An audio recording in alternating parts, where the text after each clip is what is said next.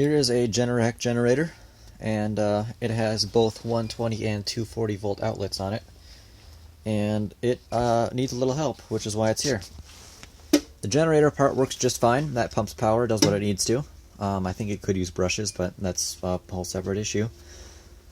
The engine itself, it's a Tecumseh engine, and it's been spewing oil out of the crankcase breather. The crankcase breather sits, this is the cover for it, it sits over like that, and it has this little black tube running out of it that relieves excess crankcase pressure. Now, the only thing that should be coming out of this is air. This one was putting oil out of it too. Under that cover is this little piece here. Actually, it's flipped around right now. This one sits like that. And how this works is, as the engine's running and pumping up pressure and spitting oil around and doing all its fun stuff, it builds up enough pressure and it needs some way to relieve the pressure. So instead of blowing itself up, on this side of it we have, basically it's a one-way valve, it's a reed valve, very similar to the way an air compressor works, and it's a thin piece of metal that sits inside here, held on by these two rivets, and it pretty much covers the entire area inside here.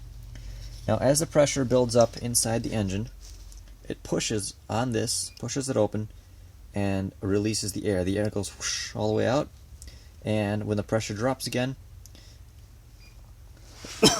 excuse me, as the pressure drops again, it closes itself off and keeps doing its thing.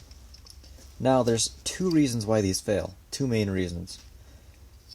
The main reason is that this reed valve in here gets weak and doesn't have enough spring power anymore to keep itself closed, and it just allows oil to seep past it and pretty much come out the breather tube there.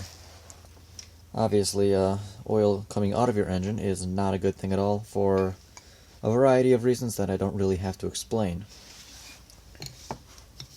The other reason that these fail is they actually have a filter in them, and when it sits like this inside the engine and it opens, it's natural, it's completely natural, normal, under normal operating conditions, that a little bit of oil will come out with the air. That's just because the engine's running and it's spitting oil around and lubricating everything.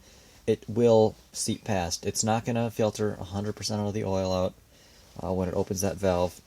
So we have this filter in here which actually catches the oil, and the air escapes and the oil seeps down it, and I don't know if it will show it very well on camera, but right there's that tiny little hole at the bottom where, as the oil seeps down, it drains out there, and if we look in the engine, it drains back down that hole and just back into the engine. So it just keeps reusing and recycling itself, and the cycle just keeps going over and over and over.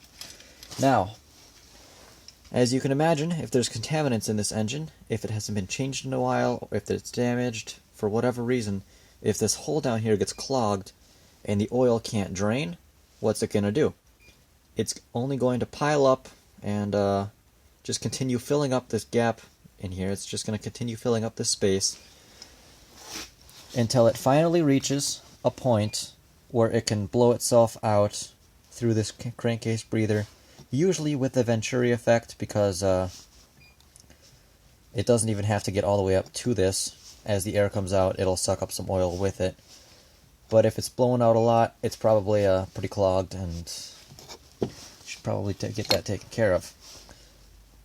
Now, this reed here actually seems a little weak, so I'm just going to replace this whole assembly and give it an oil change and all that stuff, and it should be fine. But sometimes you can get away with just cleaning that hole, and that'll make it work again. That'll make it drain oil, and you won't have the issue of splurting oil out of here.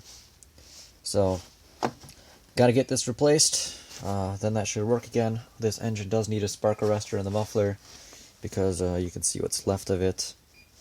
And after that, things should work just fine.